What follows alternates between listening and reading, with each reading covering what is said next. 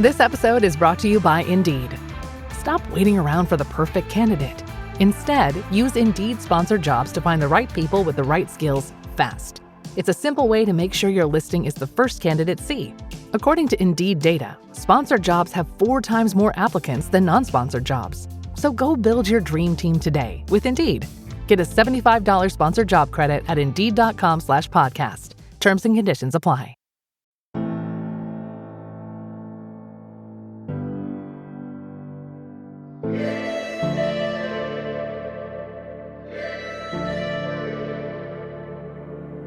What's up, y'all? Want to welcome you back to the HuntStand Podcast, Season 2, and this is your host, Will Cooper. The HuntStand Podcast is your weekly source for insightful conversations with veteran hunters, dedicated outdoor enthusiasts, and top industry personnel. I'm going to have guests on here who are true experts in their field, diving into the captivating world of our industry and the great outdoors. With each episode, you, the listener, will receive invaluable knowledge, tips, and guidance on how to enhance your skills in the wild and in life. Tune in to be entertained, informed, and driven to reach new heights. The HuntStand Podcast is brought to you by Yamaha and its full line of class-defining, adventure-seeking motorcycles, ATVs, and side-by-side vehicles. The HuntStand Podcast is also brought to you by Springfield Armory and their lineup of Model 2020 Waypoint rifles. And finally, the HuntStand Podcast is brought to you by StealthCam. It's never been easier to go wireless with the Command Pro app. Capture high-quality photos and videos of all the action wherever you hunt with StealthCam's advanced cameras and data plans tailored to your needs. So make sure you check out their website today, stealthcam.com. HuntStand Podcast, Season 2, buckle up. It's going to be a good ride. Let's go. You ready to get this thing rolling then? Yeah, dude, let's get it. All right, dude. How you doing today, man? Doing well. How about yourself? Good, brother. Can't complain. If I did, nobody'd listen, right? Yeah, no kidding. Well, man, welcome back to the HuntStand Podcast. I know I had you on here back in the fall. We talked a little bit of elk hunting, kind of giving a report down there because you had some pretty damn good success in September. Yeah. So welcome back, brother. Hey, man, thanks. I'm excited to be on. Yeah, man, absolutely. So what I like to do, get every podcast started, man, I like for the guests to just give the listeners kind of that, what I call the 30-foot tree stand view of who you are. So, kind of just tell everybody who you are, where you're from, and how you've gotten to where you are in life, dude. Yeah, man. So I'm, first and foremost, I guess I'm just a hunter. I'm a bow hunter to the heart, man. That's kind of what I do, and that's kind of where you've known me from, throughout the years. So that, and I'm a photographer. I like almost just as much as behind the bow, being behind a camera and just being in the outdoors and hanging out with good people and like-minded people. So that's kind of my view on the outdoors. It's just having fun and taking it day by day. Dude, how did you get into photography? Like, what made you want to pick up a camera? So this is actually a question I do get a lot. And what I remember about it, I guess it's back in 2018 or 2019, one of those areas. I've always loved the outdoors, and I've always wanted to, like, quote unquote, like, film my hunts. Yeah. But I just didn't really know how. And I've been watching shows like I guess one of the biggest ones would be Heartland Bow Hunter. Mm-hmm. So I've been watching them since I was young. And then another one, actually, I felt like I discovered them super early on, was Identical Draw. Yeah. So it's like, dude, those guys, Nate over there is awesome. But I felt like their quality was always kind of what I wanted. And I always felt like I had an eye for photography. Mm. So what I did is I just told the wife one day, I was like, hey, I'm just going to buy a camera. And she was like, all right, whatever. And so that's what I did. I went out and just spent way too much money on a rig. Had no clue what I was doing. Mm-hmm. Got it in, and like, it didn't shoot good photos or video. I was like, what the hell's this? So it's like, I didn't know the first thing about photography, but I felt like I had a good eye for it. Like, I always felt like I had more of a creative side, which kind of sounds weird, but I felt like I did. And then, so Peter McKinnon was like my go-to. Like, I looked up, I bet you I've watched every video of his, since the start of his channel. Dude. So it's like, I watched so many videos on how to get better. And then once I started kind of getting a little bit better, I thought I was great. Like first I was terrible. And then like 6 months later, I was like, yeah, I'm the best there ever was. Absolutely correct. Like, still had no clue what I was doing. So once I started getting my feet under me, though, I kind of started upgrading some lenses and another camera body. And then kind of developed my own kind of style, which I felt like I liked more of aesthetically pleasing, higher contrast, darker shadows and things like that. So, um, and then just kind of started shooting some different content, from brands to just to product photos, and started networking and meeting the right people, and then it's kind of gotten me where I am, today. So that's kind of how I got into it. I felt like just randomly invested and spent way too much money, and then stuck to it, because I see a lot of people, what they do is they jump in it, and they immediately want success, but Mm-hmm. that's completely not right. I mean, it's taken me since 4 or 5 years to get where I am, and I'm still not anyone. Like there's people out there that are way better than me at photography, know way more, and are way more successful at it. So it's just everyone has their own journey doing it. You just got to Mm-hmm. stick to it, and you'll get out of it what you put into it. How long ago was it whenever you decided to do that? I guess it's either 2018 or 2019. Now I can't Okay. remember. So however many years that is. I mean, since COVID, things have flown by. So I guess that's been 5 or 6 years. Yeah, So dude. I can't really remember what. Yeah, I guess it has 5 or 6 years. Well, and we met, I mean, through IG and everything. What was it? Yeah, I think 2020 when I was working with a clothing brand. So we worked together a little bit there. And dude, just yeah, like seeing your content, watching how it's changed and like your style and like how it's grown has been pretty awesome to see. And then not only that, but just seeing yourself as a yeah. brand grow with all these different companies that you've begun to work with, which I want to talk about today. But just kudos to you, man. Like you're doing it the right way, and just seeing that has been pretty badass to watch. Yeah, man, I appreciate that. And like I said, it's slow going. So it's Yeah. like just meeting the right people, keep progressing in your style of photography and Hmm. videography. So like when I first got into this, I wanted to do videography. Like I love like Jason Matzinger's Yep. all of his video content is unbelievable. Like Hmm. that's like what I wanted to do. And then I quickly got into it and decided that I really hated video. And I tell people this all the time. I'm like an instant gratification kind of guy. Like I like to be able to shoot a photo and then like look on the back of the camera and be like, man, that is badass. Yeah. Like that's gonna be sweet when I throw it in the Lightroom. But like video, you can't really do that. Like it takes a lot of manicuring it to be able to get that final product. So like it might take you a week, 2 weeks, even 3 weeks or more just to get Hmm. the final cut. And then you're like, okay, that's awesome. And I just like it right then and there. So I quickly kind of transferred a little bit more out of video into more photography based. But yeah, just what you were saying is how like I've progressed, and I appreciate that, because I feel like I have as well. Because I look at photos even 3 or 4 months ago that I Yeah. shot, and I'm like, damn, that's not good. Like it's like your style always progresses and changes. So I could go back and rework a photo from 3 months ago, and then today I'm like, oh, that's awesome. That's way better. It might not be better to everyone, but it's better to me. Like it's Hmm. just your style always changes, and it always progresses to what you think. So, and I think that's important. Kind of not to get stuck in the mud, and be stuck on the same thing over and over and over. I feel like doing Yeah. things a little different is good for it. So For sure, dude. And it's kind of funny you say that. I feel like, obviously you are way more ingrained with it than I am, but like you're your harshest critic. Like whenever I get in the mhm. Lightroom and like I put something up and you think it's good at the moment and then you put it up on IG or whatever, and you're like, damn, that looks like crap. I wish I wouldn't Yeah, have done yeah. that. I've definitely done that before. Um that's why I have like I call it my edit account. Hmm. So on Instagram, and I post everything to my edit account first and make sure I like it aesthetically on Instagram before I throw it over on the main page. So Heck yeah, dude. Well, um, man, talk to us a little bit about, you know, you have grown exponentially in the past few years, right? And you've kind of talked about how you got into photography, but I want to talk to you a little bit about something that managing HuntStand's social media page and doing other stuff in the past. One of the common things I always saw was people just hitting you up wanting to do stuff, and they may or may not have great content.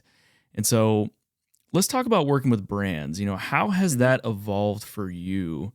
Aside from your photography evolving, but how has working with brands changed for you since you begun?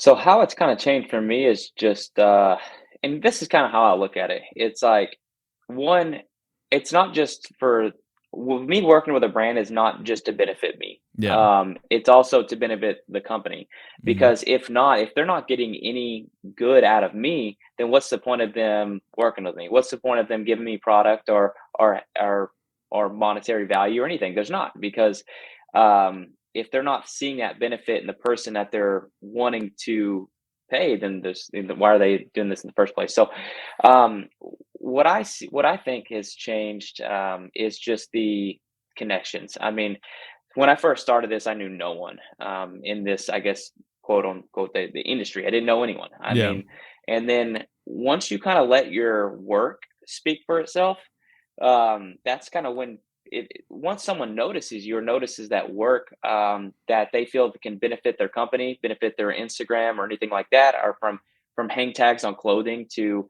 banners. Once they feel that it can help them and they kind of invest in you, then it Mhm. kind of snowballs from there because then you can start connecting with people in different ways. I mean, someone knows, for example, if you know someone else in another brand, then we just meet. I can meet them as well, and then it just kind of snowballs from there. So just connections. So that's kind of what the biggest thing for me has just been networking, Mhm. and then just letting you know, my work kind of speak for itself, man. I really don't try to go out there and flaunt my work because, like I said, I'm my biggest critic at the end of the day too. Because I mean, I don't want to give something to someone that I don't think is my highest quality work. So I don't know. I guess to answer your question, yeah, man, it's just networking. It's kind of been what my major takeaway from doing this the last couple of years. When you first started out, were you that guy that just kind of created that template message that sent it out to 100 different brands hoping to get that one, Oh or yeah. were you? Oh yeah, no, I was. Yeah, yeah. So I really did. I did that at first, and Mhm. it doesn't work. And I feel like it does to a certain extent, but I did, and I feel like everyone kind of goes through that. But like Yeah. at first, years ago, yeah, I did send that out, and like, someone might. It's like a bait and hook. It's like you Mhm. throw it out there, just hoping someone bites. But um, and if it works, it works. But everyone kind of has their own path at doing things and kind of what they feel is right. And yeah, I mean, I did do some of that at first, but um, other ways that I've connected with people and the most organic way I would say is face to face, man, is the way to do it. And Yes. how you do that is through uh, one of the biggest has been Total Archery Challenge. Unbelievable. You have a lot of like-minded people there, a lot of brands there, and I met some of my actually, literally most of my best friends today I've met at Total Archery Challenges. So it's like there, just face to face outdoor events, man, is kind of how I do things now. Dude, I am right there with you. Like, I have met a lot of people at Total Archery Challenge, but to Yeah, kind of piggyback on your networking thing, I mean, that kind of falls into the whole line of it's not about what you know, it's about who you know. who 100. And percent I wouldn't be in the outdoor industry if it wasn't for that. I mean, Yeah, plain and simple. I mean, our content director who I work for, Josh Dalkey, dude, I met him through a Yamaha outdoors riding event that we were yeah, hosting when I used to work for Carico TV back in the day. And yeah, so we just kind of stayed in touch over the years, and here I am now. And so I mean, it's yeah. all about the networking. But what I want to talk about next is patience. There's I feel like so many people get caught in this mindset that when they see, like, let's take for example somebody starting out, right, and they're looking at your page and they're like, man, this guy is freaking, he knows what he's doing, like he's putting out some dope content, and like I feel like everybody just wants that instant gratification, right? And so you have been through this over the years now. How did you find the patience to stay the course and just stick with what you were doing to get better and, you know, just lay the path for yourself? Like, how did you find that?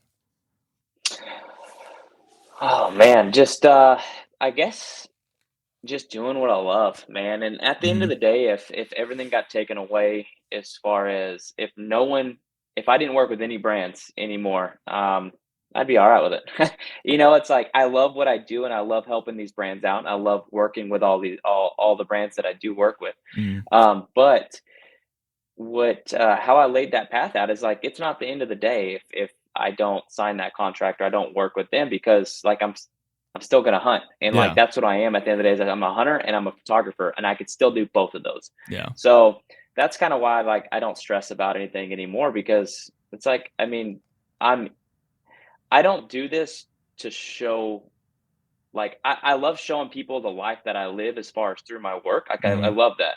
But like it's not the end of the day if I can't.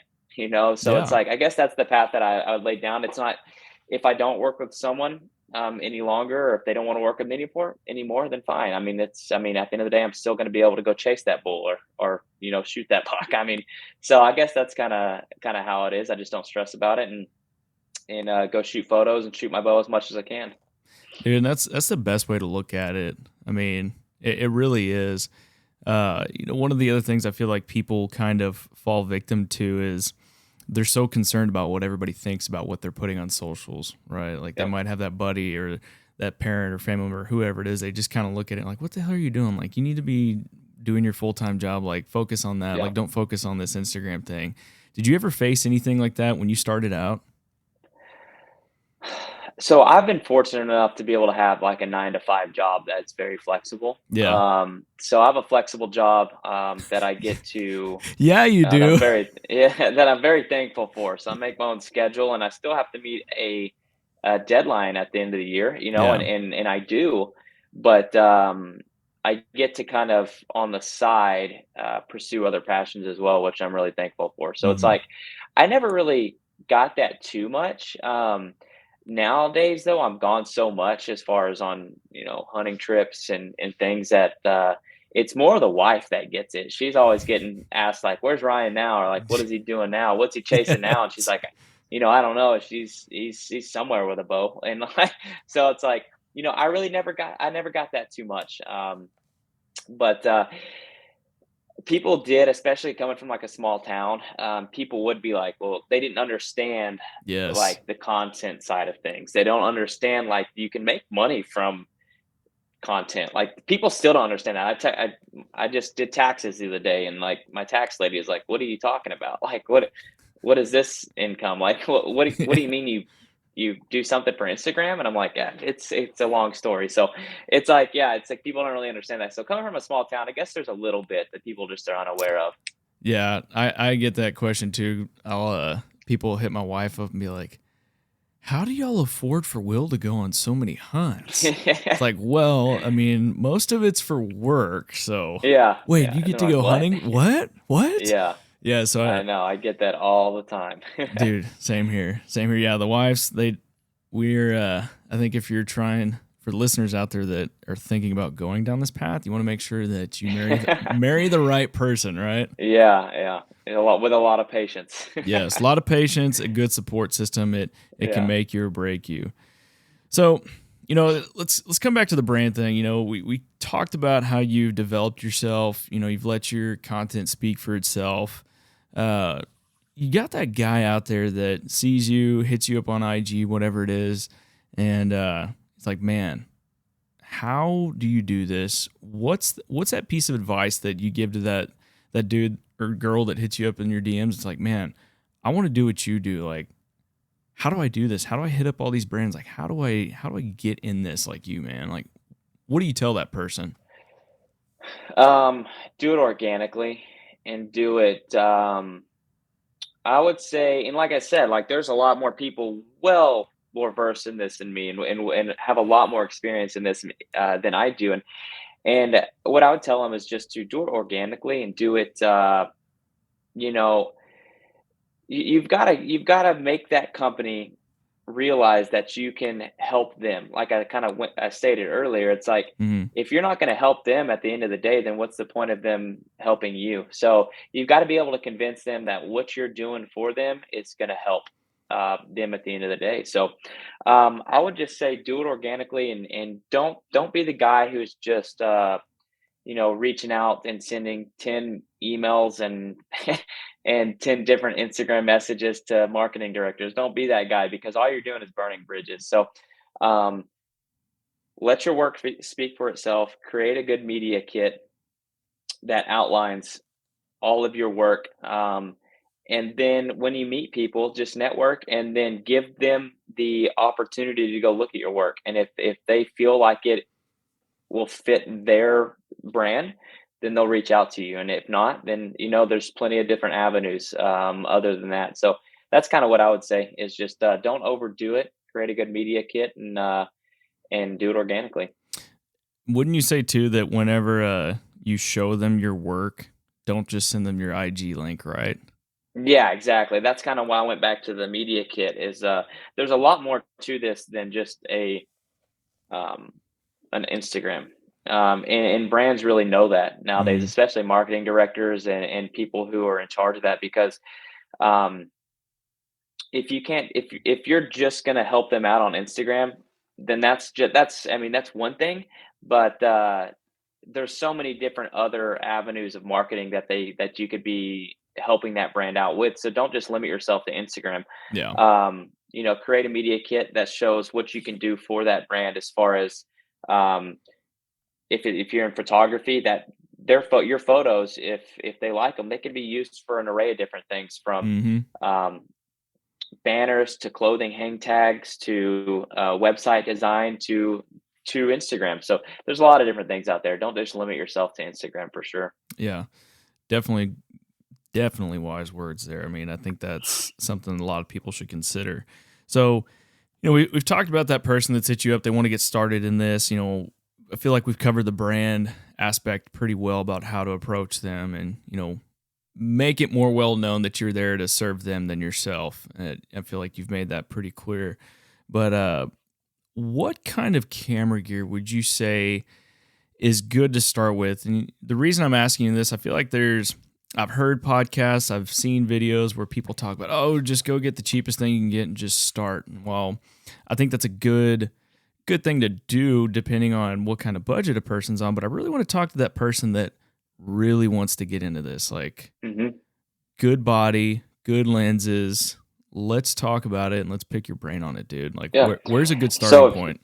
so if someone is just starting out and they wanted to take it serious and they said, I'm going to do this for the years to come. Mm-hmm. Um, what I would suggest is to one, look at your budget and see how much you can afford. You don't want to just go into debt and stress out because camera gear is expensive. So whatever your budget can afford comfortably, get the highest dollar camera and lens you can afford.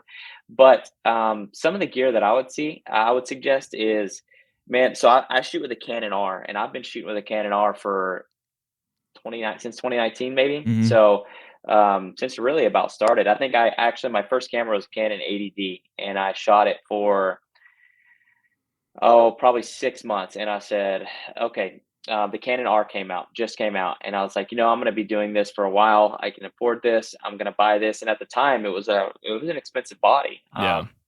Then about a year later, the R5 came out. So um, that's the thing about camera about photography. If you want the highest, the highest end gear you can get, um, if you buy that 6 months later, the successor or the better version is going to come out. So you can never have the best. They're always making new stuff. So, but the Canon R nowadays, actually, I just saw it as of yesterday, has significantly dropped price. You can get a brand new body for $1,200 now. That's not bad. Not bad at all. So it's like, I mean, it just dropped from 1,800 to 1,200 like over the last few weeks. So that means they're probably about to come out with another new camera again. So Mhm. and there are about 3 or 4 models above that now. But I would say anywhere in and I'm a mirrorless guy nowadays, and I would suggest anyone to shoot mirrorless. Yeah. But the R6 is a great one. The R6 II is a great one. The Canon R, I would suggest getting somewhere like around that realm. And if you want to go to Sony, Fujifilm, anything like that, just get around that style. Around that $1,200, somewhere around there is going to get you a camera that you can shoot for years. And then depending if you want to do some product photography, I love a 50 millimeter and I love an 85 millimeter. You can get an 85 1.4, which is an amazing amazing lens for $400. Um, and then a 70 to 200 if you want to do some photography on hunts or something like that. So I Mhm. mean, you don't have to go with a Canon either, an L lens. You can go with a Sigma, which is a great lens too, and you can get that for used for $500. So I would suggest somewhere around those lines, of picking something of that quality gear, and you'll be good to go. So you'd probably say a good budget for the guy or gal out there right now that's listening to this, 2 grand would be a good Two starting grand. point. Yeah. Oh, and dude, you could get away with 2 grand and shoot amazing photos. Yeah. I mean, and videos. You could do it for 2 grand. You can do it for less than that if you go Mhm. used. And I suggest people to look at used gear. I would say probably 80% of my camera lenses that I have are used off Facebook Marketplace. I was about to Um, say. Yeah, and I mean, I got my 51.2 that I shoot with, which is a $1,500 lens. Mhm. I got it for $700, and it was basically brand new when I got it. So definitely look at used out there. Don't be afraid to. Just kind of be sure you know what you're looking at, and look at the quality of it, and the what kind of condition it is in before you buy it. Absolutely. So, what about I want to pick your brain a little bit about lenses because I feel like this is such a giant wormhole that people could get Hmm. lost into. I mean, especially if you're starting out. I mean, it's an overwhelming thing. I mean, I hear you talking about a 50 millimeter lens, at 80 or 85, and then there's some variable zooms. And do you prefer those fixed lenses, like your prime lenses per se, or Yeah. do you feel like a variable zoom is good for somebody starting out that's getting into this? I covered this extensively on a podcast recently with Aaron Snyder, actually, Yeah. and I'm a prime guy. I'm a fixed lens guy, and this is the reason is because one, it creates your depth of field in bokeh is absolutely amazing. Hmm. It's buttery, it's great, it looks amazing. Your photos are tack sharp when you dial your settings in, and so that's one of my main reasons. But two, if someone's just starting out, and this is kind of what I covered on that other podcast too, is a fixed lens. What it's going to make you do is it's going to make you be creative. Yeah. It's going to make you get different angles. It's going to make you shoot different than say you go get a zoom lens, a 7200. Which what 9 out of 10 times what that person's going to do if you give someone new it, they're going to max that out all the way to 200, and they're going to shoot with that anyway. They're just going to back up, and they're going Hmm. to stay in one position. So um, it's like why not get something that will create you to make you move your feet and get different angles. So I suggest that. But then again, like if you're hunting, if you're filming someone hunting, or you're taking photos of someone hunting, you're going to need something with a little longer focal range. So 7200 is great. So dabble in a little bit of both. I mean, if you're new to it, the first lens I would get if you're brand new to photography is a 50 millimeter. Yeah. A little, they call it the nifty 50. It's because you can do so much with that lens as far as photography or videography.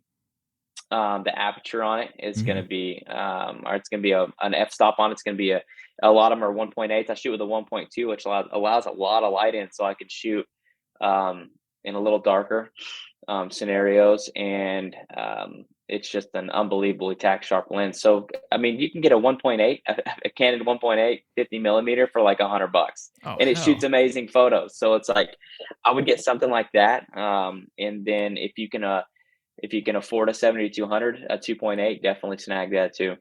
Heck yeah, dude. Yeah, I think so. Those are probably two good solid lens. Having that, like you said, the nifty 50 lens, and then just a Hmm. good variable zoom. So I mean, if you're wanting to do photography and you're wanting to film hunts or fishing trips or whatever you're doing in the outdoors, those are two good ones to go with. Yeah, I like yeah, it. I like it. 100%. You know, you got any little Ryan Haines tricks up your sleeves that you like to use when it comes to photography and getting into Lightroom? Yeah, yeah. I don't use a laptop. Now, why is That's that? that's one of my tricks. Because um, years ago when I started editing extensively on Lightroom, what I Mhm. found out is what I was doing is I was exporting all of my photos into my computer. I was clicking every photo I wanted to export into Lightroom, and I'd import them into Lightroom. I would edit them, every single one of them. I'd edit them and I'd be like, oh yeah, these are awesome. I export 15 photos to my phone and then I'll look at it on my phone.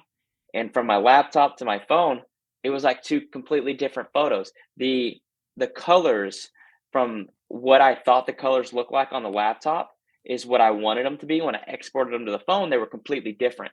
And it just bugged the heck out of me, man, because like I didn't want that color to look like that. So what I found is, and I don't know if it's something in the export. I mean, I've Mhm. tried everything. I even called Adobe and was like, "Hey, man, why is this doing this?" And they were like, "We've had that problem before." And then they were like, "Try going to the updated version of Lightroom," which I hate. I like Lightroom CC. Like I like the old school Lightroom. So what I was doing is I tried that same thing. Like the colors just weren't different. I tried a different laptop, same thing. So I don't know what was going on, but what I found out is when I was editing on my phone, first off, it's super easy to export raw photos from your camera body straight to your phone via Bluetooth or Wi-Fi. Super easy. So then when I'm on hunting trips or something, I don't have to have a laptop at all. I literally just export all my photos to my phone, Mhm. edit them, and then boom, we're done. Because the colors on your phone are always going to be the same. So it's like whatever you edit it to, when you export it to your photos, it's there. It's good to Yeah. go. So that's one of my tricks that I do is I edit on my phone for every photo that I do. Lightroom Mobile is unbelievable. It's super easy. Create your own presets, and then you're good to go. Dude, I was wondering before you and I got to share a mule deer camp together 2 years ago. I always wondered about that. Whenever I'd see your photos, I'd see you'd be on like these hunts or you'd be up in the tree stand and you're posting, Yeah, essentially semi-live photos yeah, on your IG while you're waiting. And I always used to think, how the hell is he kicking this content out so fast? Is he taking yeah, his freaking laptop out with him? And then when I got to share that camp with you yeah. and, in today, you're just Bluetoothing over photos and you're sitting there showing me like, damn, that's how he And does it. it's 10 times faster. I mean, you don't have to export or import photos to your computer. Then you Hmm. don't have to scroll through all the JPEG files. Because what I would do first is and if you're shooting 100 photos, if you're shooting 200 photos, what you have to do if you export it to a computer or import it, my bad, Yeah. is you have to, if you want to sift through all the photos, if you try to sift through raw files on a computer, it takes forever to load. So Horrible. what you have to do is you have to shoot, and I do this anyway. I shoot in JPEGs and RAW at the same time, Hmm. and I would sift through all of the JPEG photos. I would have to say, I shoot 100 photos. Say there's 20 of them that I wanted to use. Yeah. I would have to write the number down on a piece of paper of which photos I wanted to do. Then I would have to import that number of raw files into my Mm. computer. Then I'd have to edit each photo. Then I'd have to export it to my computer. Then I'd have to airdrop those to my phone. It takes way too long. And at the end of the day, time's money, and I'm a Yes. very, like I said, I'm a instant gratification person. So once I started editing on my phone, Hmm. it made things so much easier. I actually wanted to go shoot photos.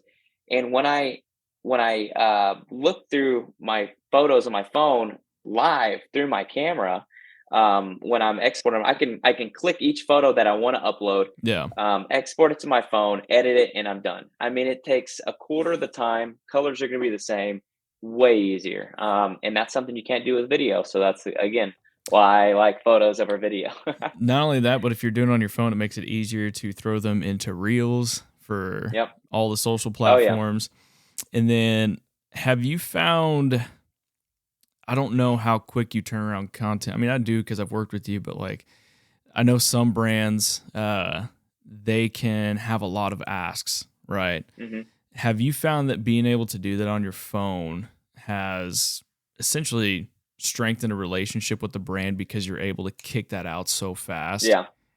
Oh yeah. Especially when it comes to photos. I'll tell people, like, if someone, like, I had someone reach out to me the day that I work with, and they're like, "Hey, if you have this, can you shoot this? We need it for, our website." And I was like, "Yeah, I can have that in 30 minutes." Like, or I can have that tonight when the light gets good. Like, I can do that tonight. If it's something with my bow, if it's something with arrows, if it's something with um, binoculars. Like, I'm like, Hmm. yeah, just wait till the sun starts getting soft. I'll go shoot that photo tonight, and I'll have it to you by this evening. So it's like, yeah, it does. It makes it super easy. Or if I'm already in that scenario where like I can shoot a photo now, I'm like, okay, I'll have that to you in 10 minutes. I go shoot it, export it, and I send it over. So yeah, it makes things super easy. I don't have to stress about especially photo content anymore, Yeah. because I can do it all right there. Yeah, especially when you're waiting for that buck to walk by, you can just crank that out real fast, dude. Oh, super quick, man. I mean, my buck this year, it's funny because I shot two good bucks this year, but the first one I shot it, I kill photos, export it to Instagram immediately. So I mean, it's fast. like it took no time. So yeah, it's now I will say like I still use my computer some. So what I'll do is I'll say there's something that I have to Photoshop out. If I want to use Photoshop, obviously I have to export it to or import it to my laptop and Mhm. then Photoshop something out and then export it back to my phone, which still takes no time. But yeah, I'll edit it first before I do that though, and then I'll take out whatever is needed. Hell yeah.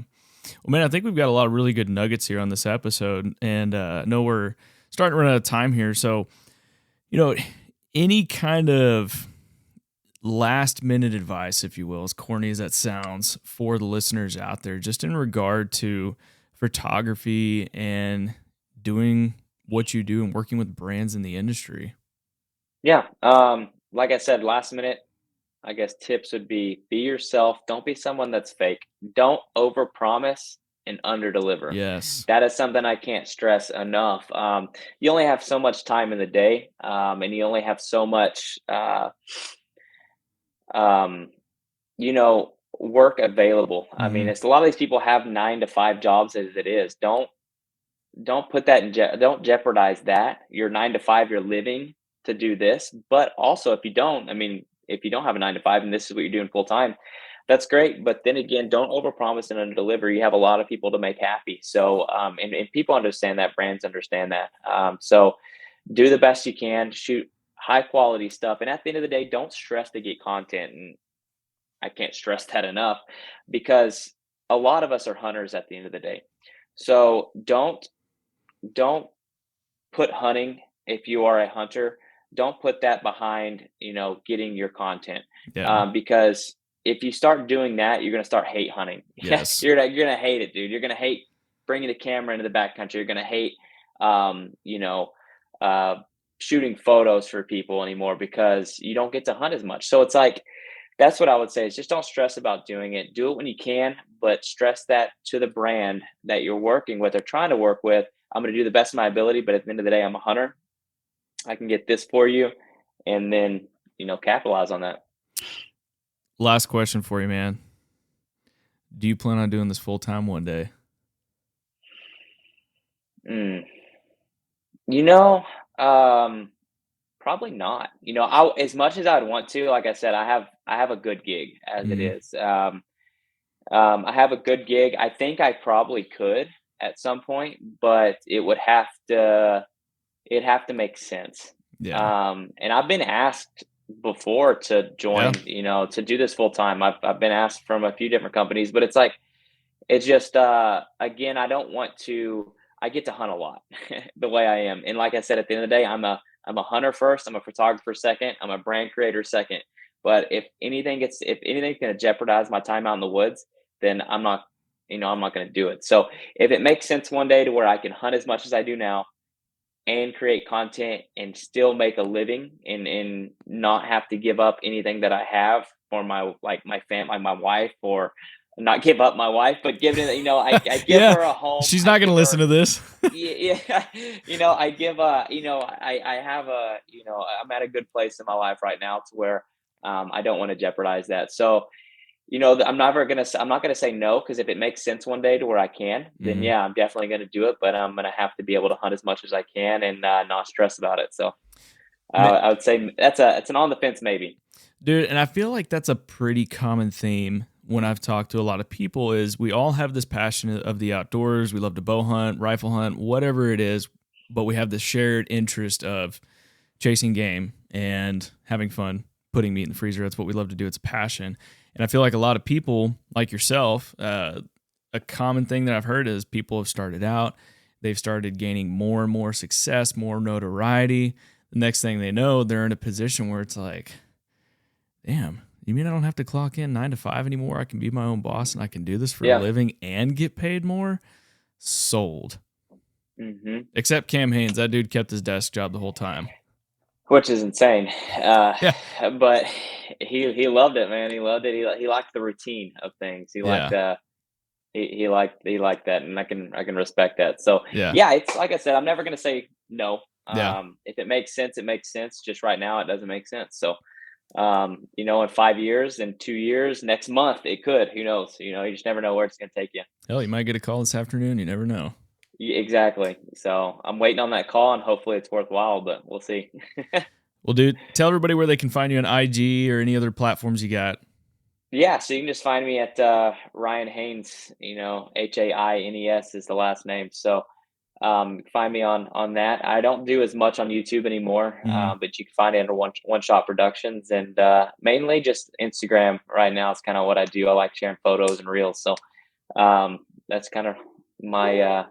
I don't know if you can hear my dogs barking. Sorry, but that's kind of my the only place you'll really see me much. No TikTok yet?